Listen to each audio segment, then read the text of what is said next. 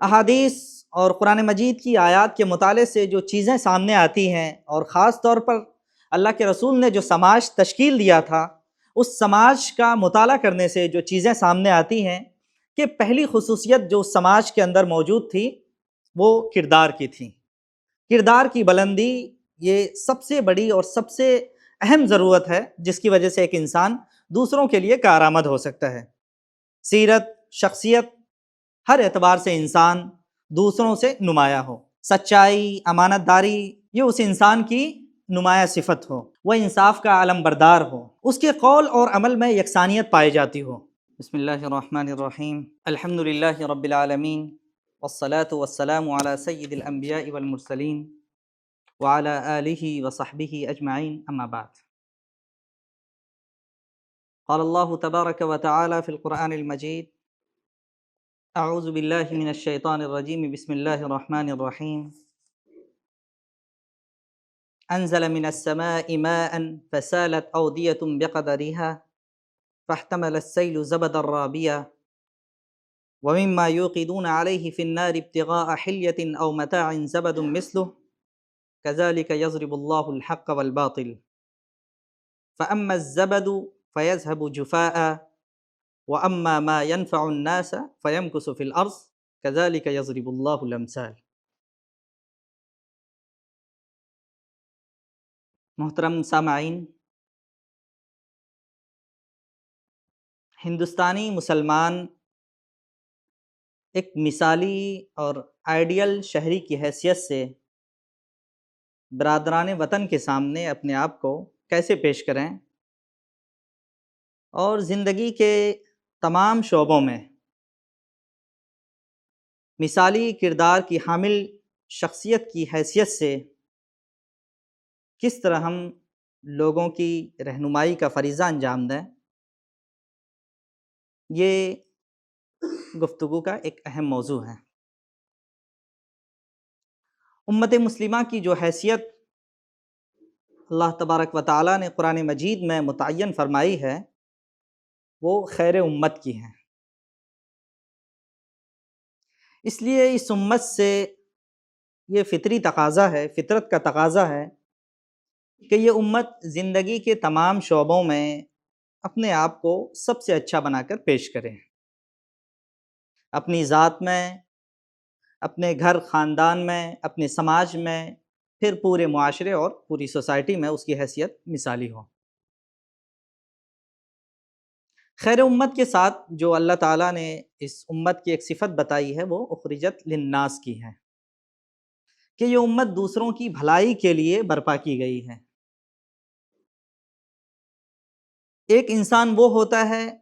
جس کی ساری سرگرمیاں، جس کے سارے کام اپنی ذات تک محدود ہوتے ہیں۔ دوسرے افراد وہ ہوتے ہیں جن کی سرگرمیوں میں خود اس کی ذات بھی شامل ہوتی ہے، اور پھر ذات سے اوپر اٹھ کر پورا سماج، پوری سوسائٹی اور پورا ملک اور پوری دنیا کے لوگ اس کی زندگی کا اور اس کی سرگرمیوں کا حصہ ہوتے ہیں۔ سورہ رعد کی جو آیت ابھی آپ کے سامنے پیش کی گئی ہے، اس میں اللہ تعالیٰ نے ایک فطری قانون کو بیان کیا ہے، فَأَمَّا الزَّبَدُ فَيَذْهَبُ جُفَاءً وَأَمَّا مَا يَنْفَعُ النَّاسَ فَيَمْكُثُ فِي الْأَرْضِ، کہ جو جھاگ ہے، جو زائد چیزیں ہوتی ہیں وہ ختم ہو جاتی ہیں، اس کی حیثیت نہیں رہتی، لیکن جو لوگوں کو نفع پہنچانے والی چیز ہو وہ زمین میں ٹھہرتی ہیں۔ یہ آیت جو سورہ رعد کی ہے، جس میں نافعیت کا تذکرہ کیا گیا ہے، حق اور باطل کی کشمکش کے تناظر میں یہ آیت آئی ہے۔ اللہ تعالیٰ نے یہاں پر دو بڑی مثالیں پیش کی ہیں کہ جس طرح آسمان سے پانی نازل ہوتا ہے اور پھر ندی نالے بہنے لگتے ہیں، تو اس درمیان جو سیلاب کا ریلا ہے وہ جھاگ کو اوپر اٹھا لیتا ہے۔ بظاہر وہ اوپر ہے، غالب ہے، لیکن اس کی جو قدر و قیمت ہے وہ بہت مختصر مدت میں ختم ہو جاتی ہے، اس کی مہلت زیادہ دیر تک نہیں رہتی۔ اور پھر اسی آیت میں ایک اور مثال پیش کی گئی ہے کہ لوگ جو اپنے زیورات کو بنانے کے لیے سونے چاندی کو آگ میں پگھلاتے ہیں، اس میں سے بھی ایک جھاگ اٹھتا ہے اور پھر اس کی حیثیت ختم ہو جاتی ہے۔ ان دونوں مثالوں کے بعد اللہ تعالیٰ نے یہ فرمایا ہے کہ کذالک یضرب اللہ الحق والباطل، کہ اللہ تعالیٰ حق اور باطل کو اسی طرح پیش کرتا ہے۔ حق اور باطل کی کشمکش میں بظاہر یہ محسوس ہوتا ہے کہ باطل غالب آ رہا ہے، حق مغلوب ہو رہا ہے، باطل کے علم بردار اور اس کی پوری طاقت حق کو دبانے پر تلی ہوئی ہوتی ہیں، لیکن اس کا جو انجام ہے وہ سیلاب کے جھاگ کی مانند ہوتا ہے۔ اس کے بالمقابل جو حق ہے وہ آہستہ آہستہ اس کے ثمرات انسانی زندگی پر مرتب ہوتے ہیں اور وہ اپنا رنگ دکھانا شروع کرتا ہے۔ تو اس آیت کے اندر نافعیت کا جو اللہ تعالیٰ نے اصول بتایا ہے کہ وہی چیز دنیا کے اندر باقی رہتی ہے، زمین میں اسی چیز کو بقا حاصل ہوتی ہے جس کے اندر نفع پہنچانے کی صلاحیت ہو۔ حق اور باطل کی اس مثال میں انسانی زندگی کو بھی سامنے رکھا گیا ہے۔ ہم انسانوں کو اپنی ذات میں بھی اور اپنے سماج کے حساب سے بھی ہمیں اس مثال کو، اگر ہم اس مثال کو فٹ کر کے دیکھیں تو لوگوں میں، انسانوں میں انہی کو ہمیشہ غلبہ حاصل ہوتا ہے، سرخروئی حاصل ہوتی ہے، اور لوگ انہی کی طرف متوجہ ہوتے ہیں اور انہی کو اپنا خیرخواہ سمجھتے ہیں جن کے اندر دوسروں کو نفع پہنچانے کی صلاحیت ہو۔ اللہ کے رسول صلی اللہ علیہ وسلم کی ایک حدیث ہے کہ المؤمن یألف ویؤلف، کہ مومن وہ ہوتا ہے جو لوگوں سے انسیت رکھتے ہیں، لوگوں سے محبت کرتے ہیں اور لوگ بھی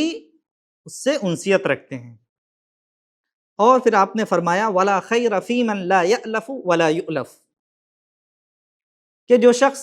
دوسروں سے انسیت نہیں رکھتا، دوسروں کی خیرخواہی، دوسروں کا تعاون کرنے کا جذبہ جن کے اندر نہ ہو، اور دوسرے لوگ بھی اس سے دور رہتے ہوں، اس سے بھٹکتے ہوں، تو ایسے شخص میں کوئی خیر نہیں ہے۔ پھر آپ نے فرمایا وَخَيْرُ النَّاسِ أَنْفَعُهُمْ لِلنَّاسِ، کہ لوگوں میں سب سے بہتر وہ ہے جو لوگوں کے لیے سب سے زیادہ کارآمد ہو۔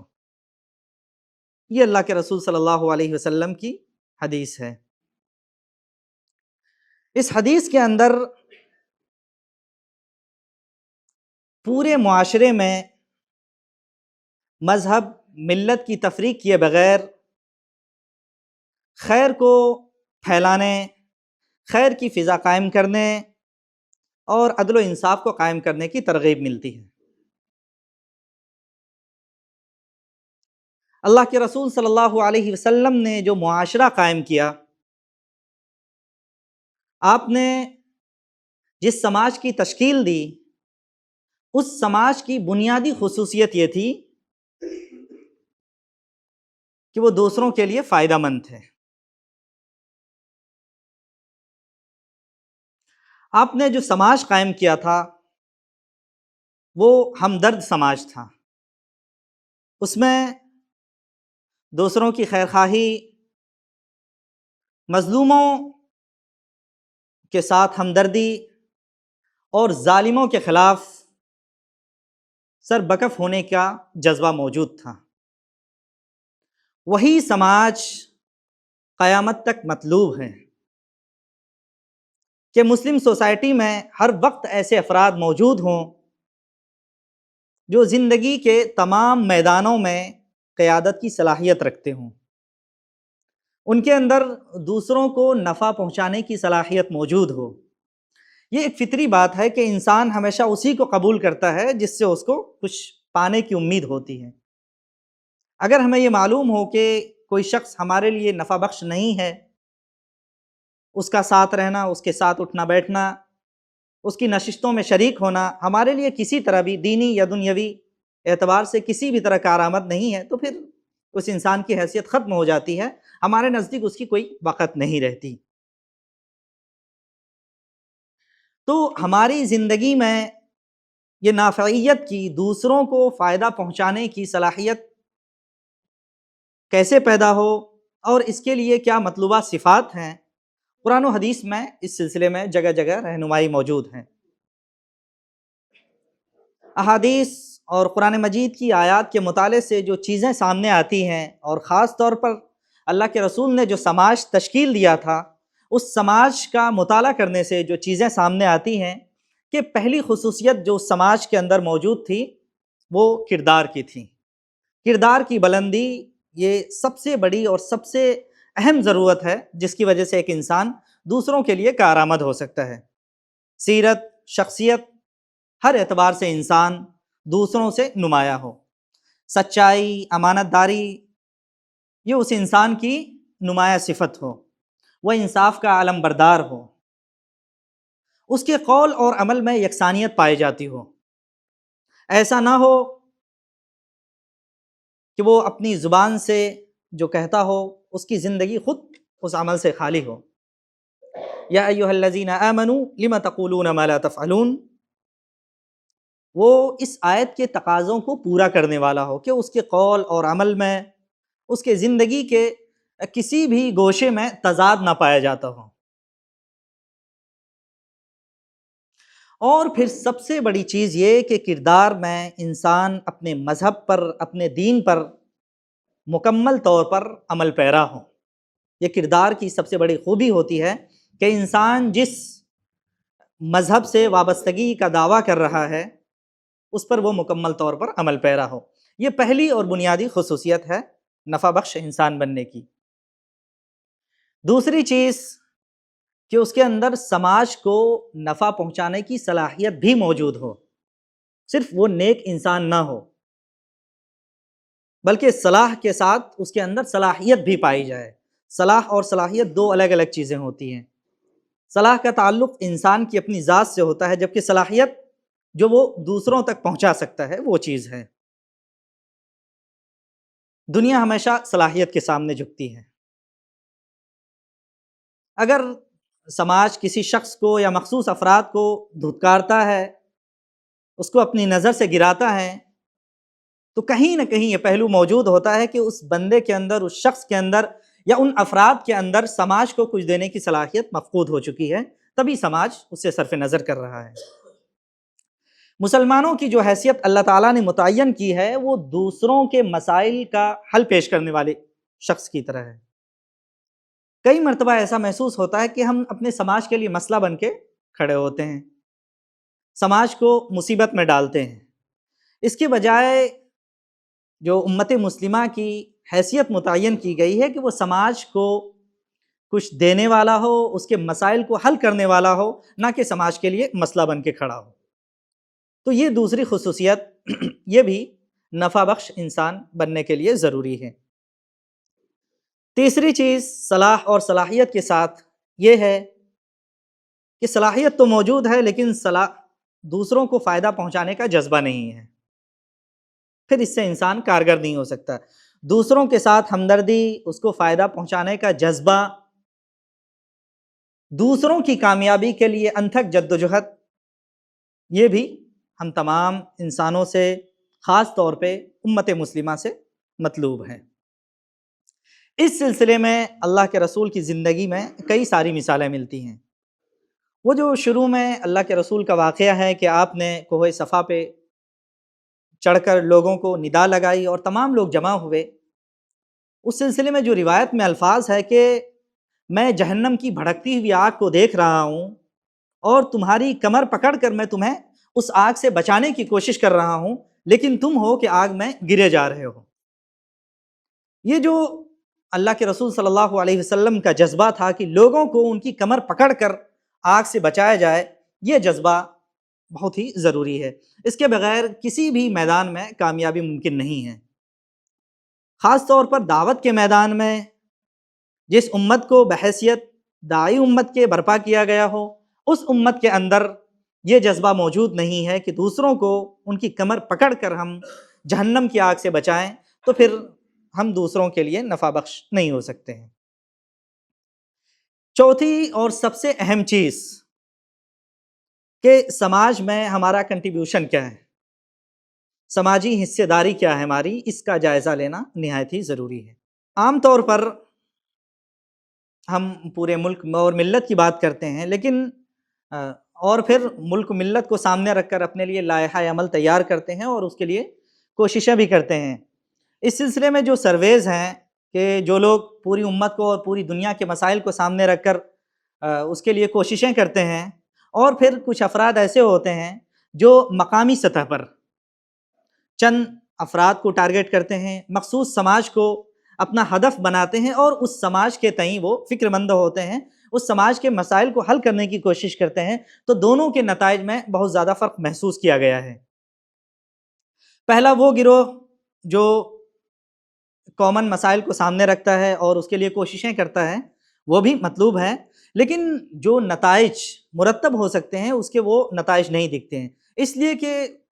اس طرح کی تیاری نہیں ہو پاتی۔ جس طرح کے مسائل کو ہم ایڈریس کرنا چاہتے ہیں، ہمارے پاس اس طرح کی عالمی سطح پر تیاری نہیں ہوتی ہے۔ مسلمان دنیا کے ہر خطے میں موجود ہیں، دنیا کا کوئی گوشہ ایسا نہیں جس میں مسلمان موجود نہ ہو، لیکن ہماری کوششیں اپنے اپنے گوشوں، اپنے اپنے دائروں میں، خاص طور پر وہ مسائل جن سے خود ہمارا سماج، جس سماج میں ہم رہ رہے ہیں، مقامی سطح پر ان کے مسائل کو اگر ہم ایڈریس کرنا شروع کریں تو اس سے زیادہ تبدیلیاں ممکن ہیں۔ توقعات یہ ہوتے ہیں کہ وہ افراد جو مقامی سطح کے لوگوں کے مسائل کو ایڈریس کرنے کی کوشش کرتے ہیں اور پھر اس لیول کے افراد جگہ جگہ موجود ہوں اور وہ صرف اپنے اپنے علاقے کے مسائل کو سامنے رکھیں، تو ان کے نتائج زیادہ بہتر ہوتے ہیں۔ تو یہ سماجی جو حصہ داری ہے، اس میں ہمیں یہ بھی تعین کرنا ہوگا کہ ہم سماج کے لیے کہاں سے کام شروع کریں، سماج کے کن مسائل کو ایڈریس کریں کہ ہمارے لیے بہتر نتائج مرتب ہو سکتے ہوں۔ ہنگامی حالات میں مدد کے لیے آگے بڑھنا، یہ بھی اس سماجی کنٹریبیوشن کا ایک اہم حصہ ہے۔ قرآن مجید میں قوامین بالقسط، مسلمانوں کو جو تعلیمات دی گئی ہیں ان میں یہ ہے کہ کونوا قوامین بالقسط شہداء للہ۔ اس کی ضرورت ہر سماج کو ہوتی ہے۔ ہر سماج ایسے افراد کی تلاش میں رہتا ہے جو ہمیشہ انصاف کے، حق کے اور سچ کے علمبردار بن کر ابھریں۔ یہ ہمارے پاس ایسے مواقع ہیں جن کے لیے کسی مذہب کی، کسی تہذیب کی، کسی کلچر کی کے درمیان فرق کرنے کی ضرورت نہیں۔ ہر سماج، ہندوستان کا ہر سماج اس بات کا محتاج ہے کہ ان کے لیے ایسے افراد، ان کے حق کی آواز کے لیے ایسے افراد کھڑے ہوں جو حق کے علمبردار ہوں، جن کے اندر یہ جذبہ موجود ہو کہ وہ حق کا ساتھ دے سکتے ہوں۔ تو ہندوستان کے تناظر میں ہمارے لیے جو دعوت کے مواقع موجود ہیں، دوسروں کے لیے جو نفع بخش ہو سکتے ہیں، ان میں ایک پہلو یہ بھی ہے کہ ہم سماج کے لیے حق کے علمبردار بن کر کھڑے ہوں، اور خاص طور پر جو کمزور طبقات ہیں ان کے حقوق کے لیے ہم آواز اٹھائیں۔ یہ ہماری سماجی شراکت داری ہوگی، یہ جو بہت ہی قابل قدر ہے۔ پھر اس میں ایک چیز یہ ہے کہ ہم مختلف کمیونٹیز کے درمیان برج بلڈر کی حیثیت سے کام کریں۔ ابھی حال میں سید سعادت اللہ حسینی صاحب کی جو کتاب آئی ہے امیر جماعت کی، ہندوستانی مسلمانوں کی تمکین و ترقی، یہ ہم میں سے ہر شخص کو مطالعہ کرنا چاہیے۔ اس کتاب کا ایک اہم چیپٹر تعلقاتی قوت کی ہے۔ اس چیپٹر میں انہوں نے ہندوستانی کسی بھی سماج کی دو کیٹیگری کی ہے، جو سماجی ماہرین ہیں سماجیات کے، ان کے حوالے سے، کہ ایک تو سماجی روابط انسان کے اپنی کمیونٹی کے افراد کے درمیان ہوتے ہیں، ان کے اندر باہمی اعتماد پایا جاتا ہے اور ان کے تعلقات مضبوط ہوتے ہیں، اور اس کو ایک گیند کی حیثیت سے پیش کیا گیا، بطور مثال پیش کیا گیا، جس طرح ایک گیند کے اجزاء بہت ہی مضبوط ہوں، بہت ہی متحد ہوں اور ایک دوسرے سے مضبوطی کے ساتھ جڑے ہوئے ہوں، تب ایک گیند بنتا ہے، ورنہ اس کی حیثیت کچھ نہیں ہوگی، وہ بکھر جائے گا۔ تو پہلی چیز یہ ہے کہ سماج کے افراد، کسی بھی کمیونٹی کے افراد خود آپس میں بہت زیادہ گہرے روابط سے مربوط ہوں۔ دوسری اس میں جو چیز بہت اہم ہے وہ یہ ہے کہ سماج کے افراد کا دوسرے مذاہب، دوسرے کلچر اور دوسری ثقافتوں کے حامل افراد سے کیا تعلق ہے۔ اس سلسلے میں جو ماہرین سماجیات نے جو ٹرم استعمال کی ہے، برجنگ سوشل کیپٹل، تجسیری سماجی سرمایہ، یہ مسلمانوں کے پاس وافر مقدار میں موجود ہے۔ یہاں پہ ایک ماہر سماج کتاب کے اندر ایک مثال پیش کی گئی ہے کہ اس کو یوں سمجھا جا سکتا ہے کہ ایک سماج دو الگ الگ گروپ ہیں، ان میں دو کیٹیگری کی گئی، اے بی سی ڈی ایک گروپ ہے اور دوسرا ہے WXYZ۔ اے بی سی ڈی جو چار افراد ہیں ان کے درمیان گہرے روابط موجود ہیں، وہ چاروں مل کر ایک کمپنی میں کام کرتے ہیں اور وہ ایک دوسرے کی صلاحیتوں سے، ایک دوسرے کی مہارتوں سے خوب فائدہ اٹھاتے ہیں۔ ایک عرصہ گزرنے کے بعد ان کی جو صلاحیتیں ہیں، مختلف لوگوں کی جو مختلف صلاحیتیں ہیں، ان میں سے ہر شخص دوسرے کی صلاحیت سے مکمل طور پر واقف ہوگا اور اس سے جو فائدہ اٹھانا ہوگا وہ اٹھا چکا ہوگا۔ ایک عرصے کے بعد جو ہے ان کی صلاحیتیں محدود ہو جائیں گی اور پھر ان میں کچھ اضافہ نہیں ہو پائے گا۔ اس اے بی سی ڈی گروپ کا ایک فرد بطور مثال سی دوسرے گروپ WXYZ کے کسی ایک فرد سے، وائی سے بطور مثال سی کا وائی سے کنیکشن ہو جائے، اس کے درمیان روابط پیدا ہو جائیں، اب کیا ہوگا؟ اس کے نتیجے میں پہلے گروپ کی جو صلاحیتیں ہیں، جو مہارتیں ہیں، وہ دوسرے گروپ تک منتقل ہوگی اور دوسرے گروپ کے اندر جو تکنیکی صلاحیتیں موجود ہیں وہ پہلے گروپ کے اندر آئے گی۔ تو اس سے جو فائدہ حاصل، استفادے کی جو محدود مواقع تھے وہ بہت زیادہ وسیع ہو جائیں گے، کہ اب تک جو ہے استفادہ صرف چار لوگوں کے درمیان ہو رہا تھا کہ ایک شخص دوسرے سے فائدہ اٹھا رہا تھا، تیسرا چوتھے سے۔ اب کیا ہے کہ یہ چار دوسرے چار لوگوں سے فائدہ اٹھا رہے ہیں اور دوسرے چار ان چار لوگوں سے فائدہ اٹھا رہے ہیں۔ تو یہ سماجی سرمایہ کا جو یہ تصور ہے، بریجنگ سوشل کیپٹل، اس سلسلے میں انہوں نے، امیر جماعت نے مسلمانوں کو غور و فکر کی دعوت دی ہے کہ ہندوستان میں جو مختلف کمیونٹیز، مختلف مذاہب کے لوگ ہیں، ان کے سماجی سرمایہ سے ہم کس حد تک فائدہ اٹھا سکتے ہیں اور ان کے لیے ہم کس حد تک مفید ہو سکتے ہیں، اس پہلو پر بہت زیادہ غور کرنے کی ضرورت ہے۔ اس سلسلے میں جو مسلمانوں کے پاس قوت ہے، جس کا قرآن کریم کے اندر حوالہ موجود ہے، اللہ کے رسول صلی اللہ علیہ وسلم نے جس کی بار بار ترغیب کی ہے،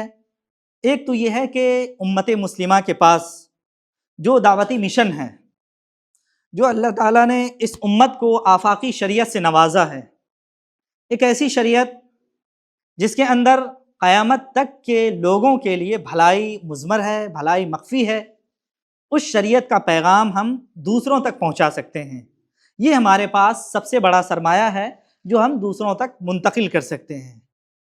ایک اور بڑا سرمایہ جو ہمارے پاس ہے وہ امت واحدہ کا تصور ہے۔ اللہ تعالیٰ نے قرآن مجید میں جو نوع انسانی کا تصور پیش کیا ہے کہ یہ ایک امت واحدہ ہے، ان کی بنیاد اور ان کی اصل ایک ہے، یہ تصور سماج سے مفقود ہے۔ مسلمانوں کے پاس یہ تصور موجود ہے لیکن وہ دوسروں تک پہنچانے میں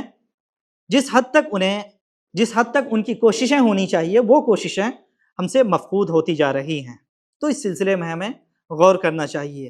ایک تیسری چیز جو ہمارے پاس ہے وہ مساوات کی، کہ ہم عدل و انصاف کے علمبردار ہیں۔ ہمارے یہاں مسلمانوں کے یہاں، امت مسلمہ کے یہاں قومیت، مذہب، کلچر، نسل کی بنیاد پر کسی چیز کی تفریق نہیں کی جاتی ہے۔ یہ ہمارے پاس وہ کیپٹل، وہ سرمایہ ہے جو ہم دوسروں کے سامنے پیش کرتے ہیں اور پھر پوری دنیا کے لیے ہم اٹریکٹیو کا سبب بن سکتے ہیں، پوری دنیا ہماری طرف متوجہ ہو سکتی ہے۔ ایک اور چیز جو ہمارے پاس ہے وہ جو پوری انسانیت کے لیے نجات دہندہ ہے، قرآن اور سنت کا حقیقی پیغام، توحید کا تصور۔ یہ تصور بھی ہم انہی ذرائع سے پیش کر سکتے ہیں جب ہمارے تعلقات دوسری کمیونٹی کے افراد سے زیادہ مضبوط ہوں، ہم ان کے لیے نفع بخش ثابت ہوں، زندگی کے تمام شعبوں میں ہم لیڈنگ کی پوزیشن میں ہوں، تب ہم دوسروں کے سامنے اپنا پیغام پیش کر سکتے ہیں۔ سورہ مائدہ کے اندر فتح مکہ کے بعد ایک اہم حکم اللہ تعالیٰ نے دیا کہ وَتَعَاوَنُوا عَلَى الْبِرِّ وَالتَّقْوَى وَلَا تَعَاوَنُوا عَلَى الْإِثْمِ وَالْعُدْوَانِ،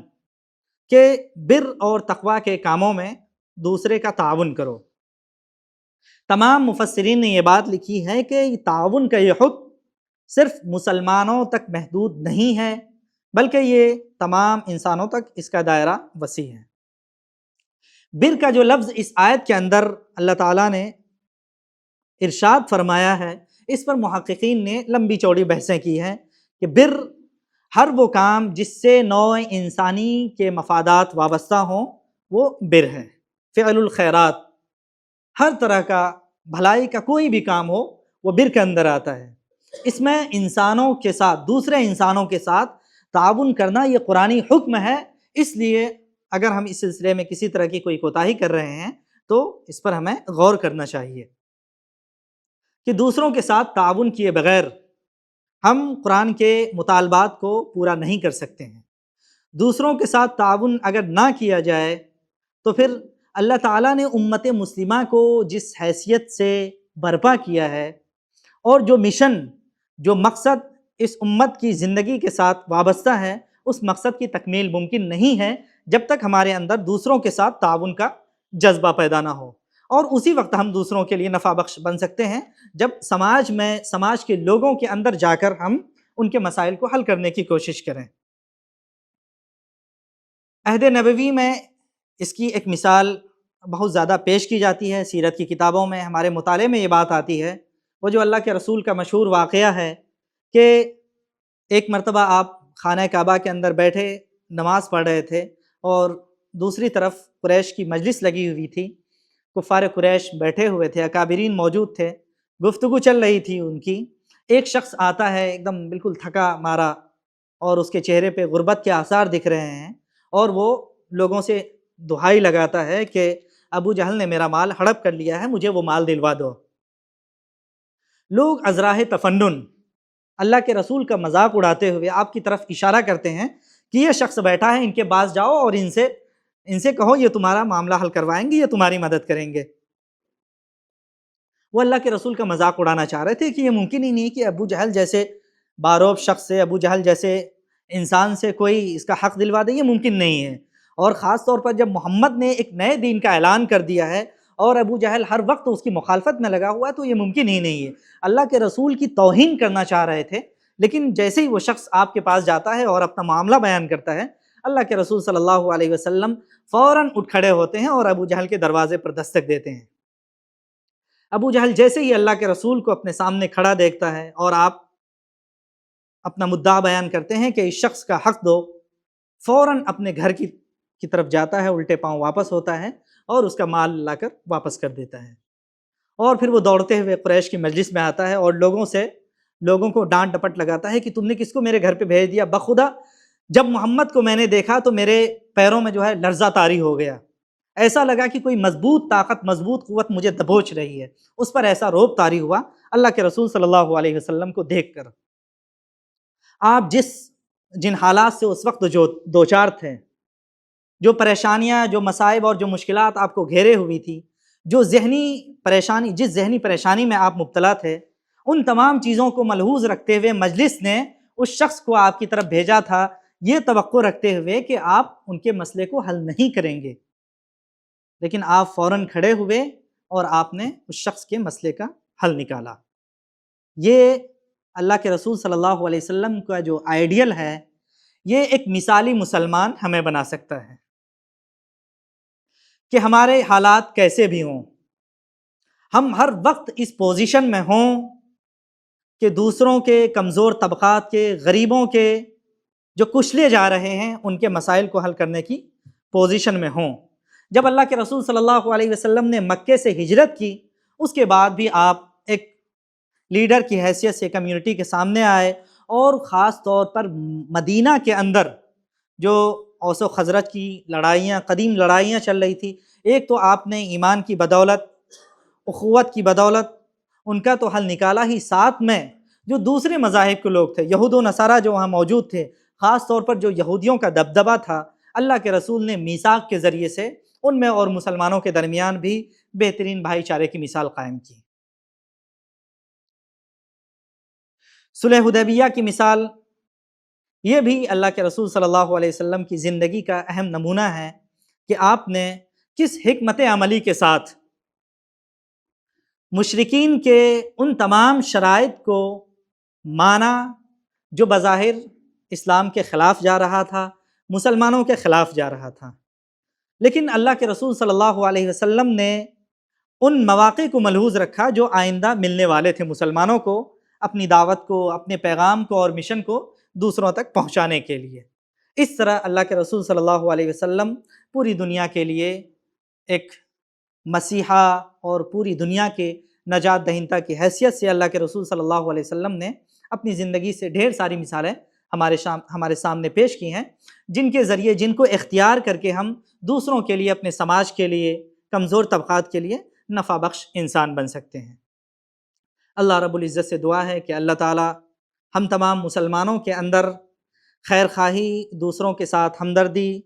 دوسروں کے ساتھ تعاون کا جذبہ پیدا فرمائے، اور دوسرے سماج کے لیے نفع بخش بنائے، اور دوسروں کے مسائل کے حل کا ذریعہ بنائے، نہ کہ ہم دوسروں کے لیے مسئلہ بنیں۔ آمین۔ وآخر دعوانا الحمدللہ رب العالمین۔